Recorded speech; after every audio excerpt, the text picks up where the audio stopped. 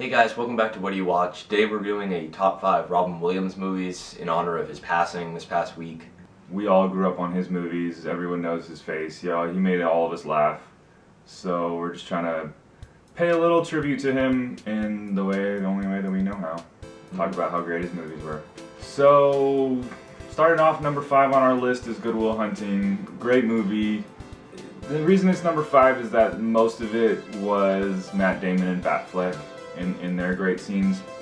Robin Williams did have that great scene with Matt Damon where he's telling him it's not his fault that he got beat. Yeah, it's a good role for him overall. Like Jeff said, it's the only reason it lands so low on the list is because of it was such a small part in it.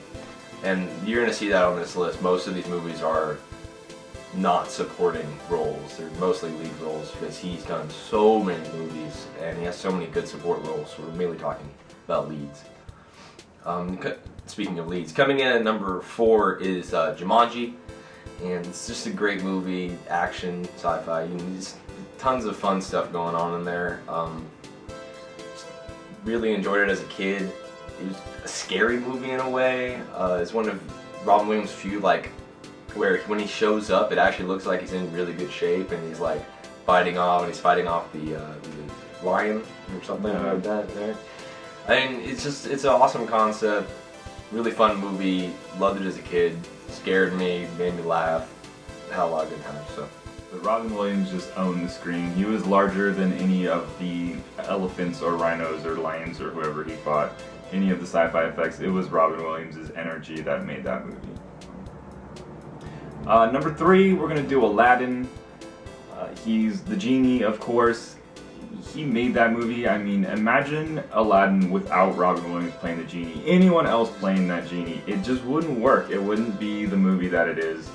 I mean, he went for impressions that kids wouldn't even know, that wouldn't even recognize. I think he did a Sammy Davis Jr. or something like that, but it was still funny, and kids were doing that impression later the next day after watching that movie, not even knowing who it was.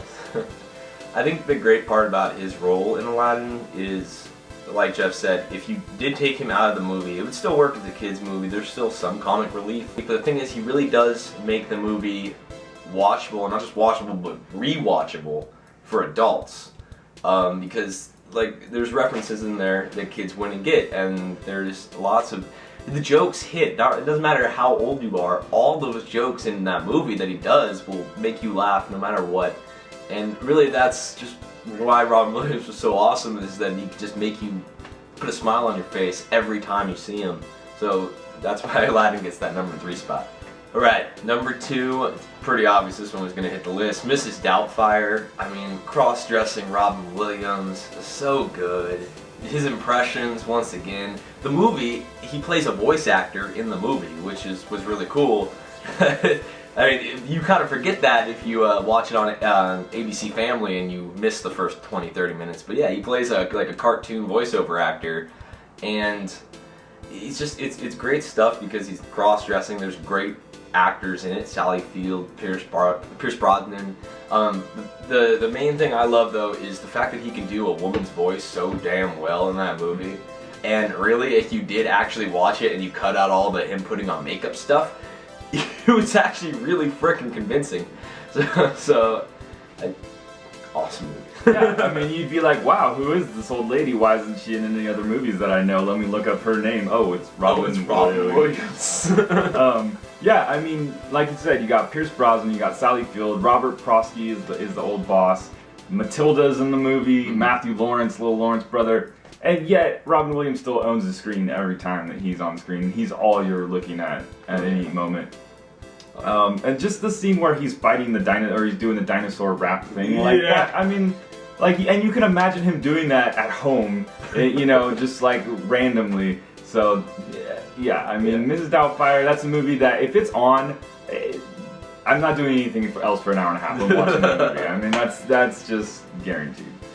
Just is always fun, and it's not just the verbal comedy that comes out of it. There's great physical humor in this movie, all over the place. The part where he's putting out his boobs with the pans, I mean, it's just great physical comedy when it's done right. Just can complement a movie so well, and it's all over this movie. All right, so bringing it up to number 1, we gotta go Dead Poet Society. You had to know it was coming. This is a movie. So I gotta tell you my story that when I first ever watched this movie. I don't remember how old I was. I was young. I was like 11, 12, something like that. I was right when I no longer had a bedtime. When my parents basically said, we're not gonna tell you when to go to bed, but your ass is getting up for school at 8 in the morning, so whatever you want to do. And so I'm up late at night, my older brother turns on this movie, and I'm like, oh, Robin Williams movie that I haven't seen before, yeah, I'll watch it. And of course, like 15, 20 minutes in or something, I'm like, this is not a comedy. Yeah. And yet I was completely sold, I was entrenched, I was watching that movie. And so it was like my first like grown-up, drama type movie that I ever saw. It just owns it. Every scene in that movie you can just watch, and it's just a fantastic scene. And you can't say that about a lot of movies. Yeah. There's so many good inspirational speeches, inspirational just like moments in the movie. And the thing is, if I could pick one person to be my ideal English teacher, poet teacher, etc., Robin Williams in this movie, it's just like, if he was actually my teacher, I'd be having such a good time. Because he's teaching the material really well, and he's bringing out the best in the kids and everything, but it's that humor that's not necessarily not supposed to be there, but it's that humor that just kind of melds in and fits in really well, and it's light. It's not over the top, obviously, because it is a dramatic role. He brings in that laughter and that little bit of relief in a movie that really does cover some very serious topics. I mean, there's a suicide in it.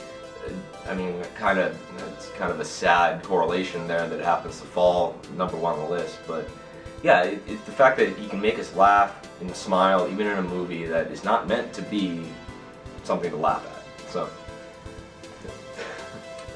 and it's a movie that I think everyone should see, especially if you're that coming of age, young adult. Yeah.